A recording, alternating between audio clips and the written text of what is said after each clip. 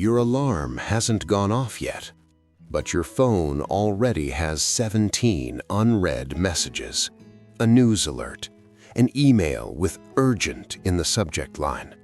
Someone tagged you in something at 2 a.m. Before your feet even touch the floor, before your first breath is fully drawn, the noise has already found you.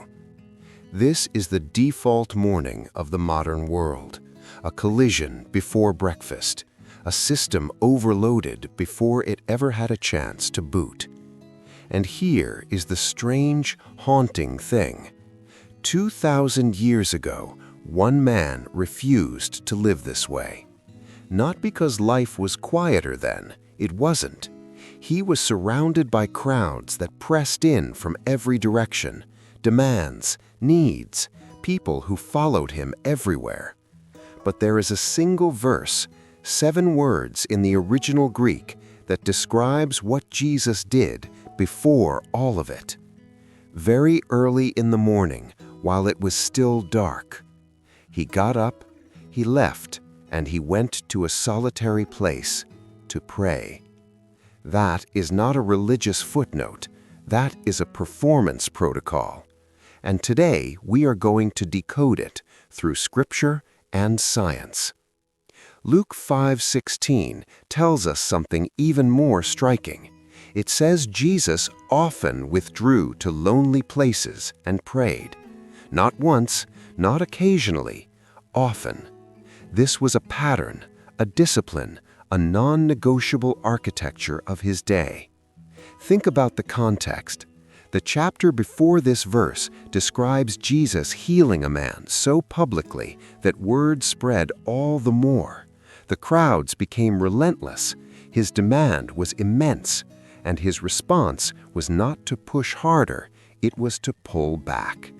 He withdrew precisely because the external noise was loudest. This is the counterintuitive genius of his rhythm. The busier the day, the earlier the silence. And he didn't withdraw to plan. He didn't withdraw to rehearse his sermons. He withdrew to listen, to align, to enter a frequency that the crowd could not access. In the ancient Jewish tradition, early morning prayer, shachrit, was not just ritual, it was understood as the threshold hour, the moment when the veil between the seen and unseen world was thinnest. Jesus wasn't just honoring tradition, he was tapping into something architecturally true about the human mind, something that neuroscience now confirms. Here's what happens inside your brain the moment you wake up. Your body doesn't ease into the day, it launches.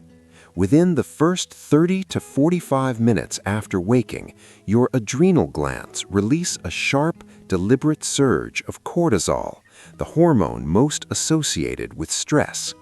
Scientists call this the cortisol awakening response. And before you assume this is bad, it's not. This surge is actually essential. It is your body's internal startup sequence. Cortisol mobilizes energy. It sharpens alertness. It signals every organ, we are beginning. But here is the critical variable. The quality of how you enter those first minutes determines whether cortisol works for you or against you. When you grab your phone immediately upon waking, when you flood your mind with notifications, headlines, and demands, you are hijacking this biological window. Your cortisol doesn't just spike, it spikes in a state of perceived threat. Your amygdala, the brain's alarm system, activates. It tells your prefrontal cortex, stand down, there's a fire. And the prefrontal cortex is exactly the part of your brain you need most. It governs clarity, wisdom, long-term thinking, emotional regulation. Noise in the morning is not just unpleasant, it is neurologically disruptive.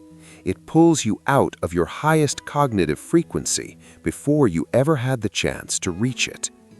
Now, what happens when instead of noise, you choose silence? When you enter those first 45 minutes in a state of calm intentionality, prayer, stillness, focused breath, the cortisol surge still happens, but it peaks cleanly, it resolves naturally. Your nervous system moves from sympathetic activation, the fight or flight signal, into parasympathetic dominance, the rest and integrate state. Your prefrontal cortex comes online, not offline.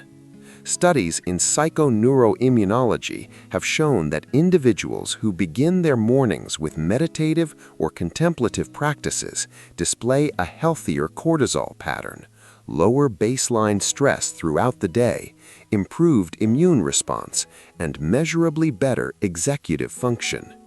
Jesus wasn't just praying, he was, by every biological measure, resetting his neural architecture. He was protecting his clarity before the crowd could compromise it. The solitary place wasn't an escape, it was a laboratory. Now, you may not be walking to a hillside before dawn, but you have 5 minutes. And those 5 minutes, properly structured, can replicate the same neurological state, the same inner stillness that allowed Jesus to move through chaos with clarity.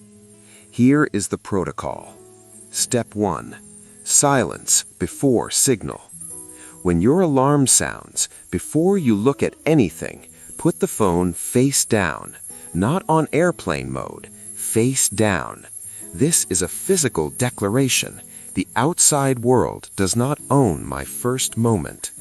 Sit up. Place both feet flat on the floor. Feel the ground.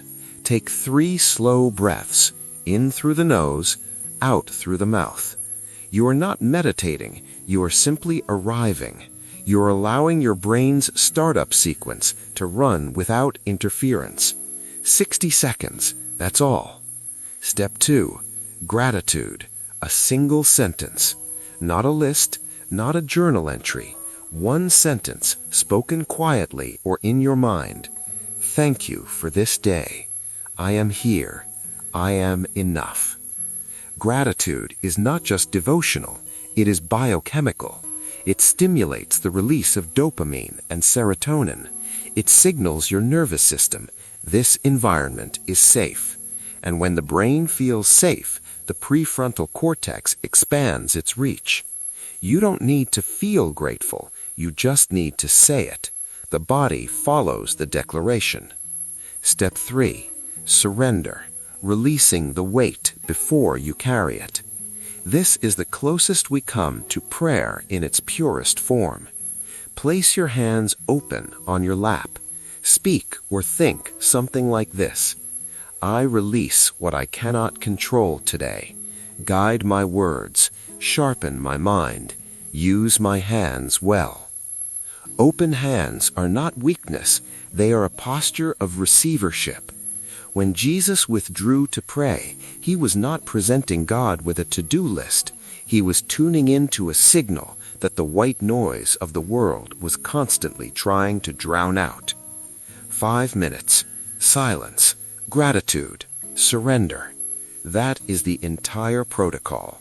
And yet, that sequence, practiced consistently, will do more for your focus, your decisions, and your emotional stability than any productivity app you will ever download. Before we close, I want to invite you into something. We call it the Wisdom Walk. Each week, we release a short, guided practice, a walk in silence and intentional thought, inspired by the rhythms we find in Scripture and confirmed by what science is only beginning to measure. No performance pressure, no noise, just you, your breath, and the ancient wisdom that somehow always arrives exactly where you are. The link is in the description. And here is the truth I want to leave you with. The most powerful thing Jesus ever modeled was not a miracle, it was a mourning. He chose silence over access. He chose depth over urgency. He chose the solitary place over the crowd every single day. And from that place of stillness, he walked into the world's loudest moments with a clarity that could not be shaken. The crowd never got to him because the silence had already gotten to him first. That is available to you. Not in a monastery, not in a perfect life, in 5 minutes, before the noise, before the notifications, before the world remembers your name. Go to your solitary place. The day will wait. And the peace of God, which transcends all understanding, will guard your hearts and your minds.